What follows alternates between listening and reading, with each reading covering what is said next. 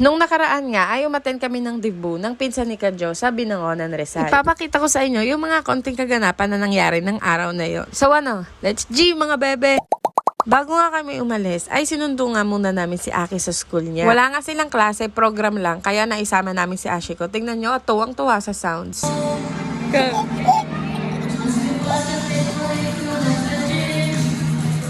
Kinahapunan nga ay nagpunta na nga kami dito sa may Binangonan. Inagahan nga namin para kahit papano makapagpahinga kami bago mag-start yung party. Dumaan nga muna kami dito sa bahay ng tita ni Kadjo. Dito na rin kami kumain bago kami magpunta ng party kasi baka gabihin na yung pagpapakain dun sa party. Alam nyo naman pagka dibu may mga program pa, diba? Tignan nyo kung gaano katuwa si Kadjo na iniinis yung mga kapatid niya. Iba talaga pag puro lalaki kayong magkakapatid. Hay nako. Eto namang si Ashiko ay barino na kay daddy. Inis na inis at hindi siya pinakawalan.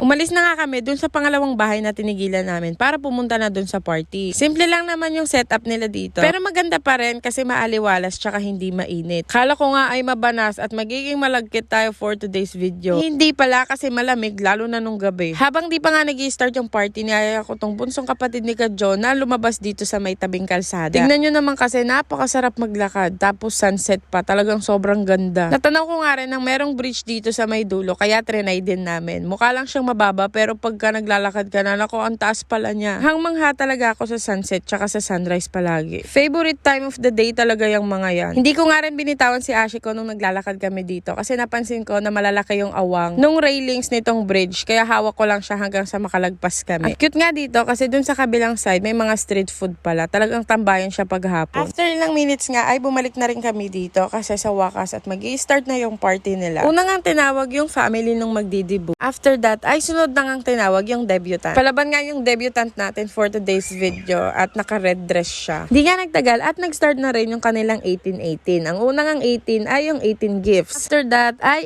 18 bills na agad tayo. Next naman is nagpicture nga yung kada table doon sa debutant para naman mag-start ng kumain. Buti nga sa mga oras na to ay chill na tong si Ashiko kasi nakakain na siya. Nako, nung pagdating namin dito talagang sobrang inis na inis siya. Di kasi nakatulog tong batang to kaya buti naman at kumalma. And yes, this is Aki drinking water. Siya ang kumuha ng water niya dun sa mga nagki-cater. Tuwa naman ako at hindi siya nahihiya sa mga ganon. Moving on, after nga kumain or habang kumakain nga, ay nag-start na rin yung kanilang 18 roses. Tinawag na nga isa-isa family and friends na kasali sa 18 roses. Pagkatapos nga nun, ay may mga nakialam na nga ng Happy cellphone birthday, ko. Francine.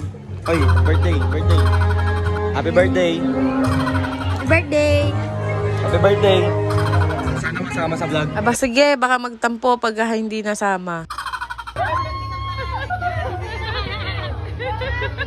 Eto naman ang highlight of the day namin. Nako mga ante, sobrang tuwang-tuwa kami kay Aki. Hindi kasi siya kasali sa 18 roses, tapos may tinawag na pinsan nitong debutant. Kaso ayaw talagang pumunta. Kaya si Aki ay pinilit namin. Ayaw naman niyang pumunta sana. Kaso nung tinawag nung MC yung pangalan niya, hala, tumakbo na talaga siya dun sa may debutant. Nakakatuwa. Tinanong ko naman kung nag-enjoy siya, oo naman daw. At ang tawag niya sa debutant ay princess, wag kayo. After nga ni Aki, ay tinawag na rin tong mga kapatid ni Kadjo na kasali sa 18 roses. Minsan nga lang din pala ako nakaka-attend ng debut. Lalo na yung ganito, yung may mga 18-8. Di ko rin pala kasi ito naranasan. Well, if you have the means naman to do this, why not, diba? Minsan lang naman to, kaya enjoy your day.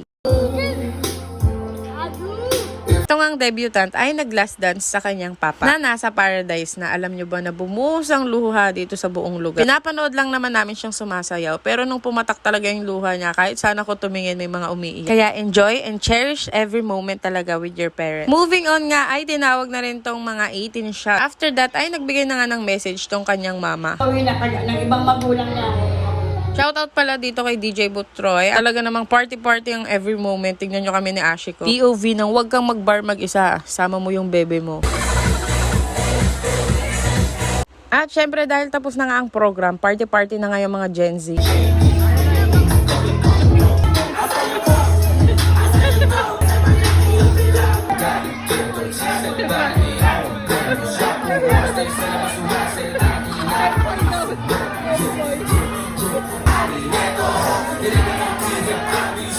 Ito nga pala yung reaction ni Aki sa mga nagpa-party na Gen Z. Yung ibang kanta talaga ng mga Gen Z ngayon, minsan hindi ko talaga maintindihan.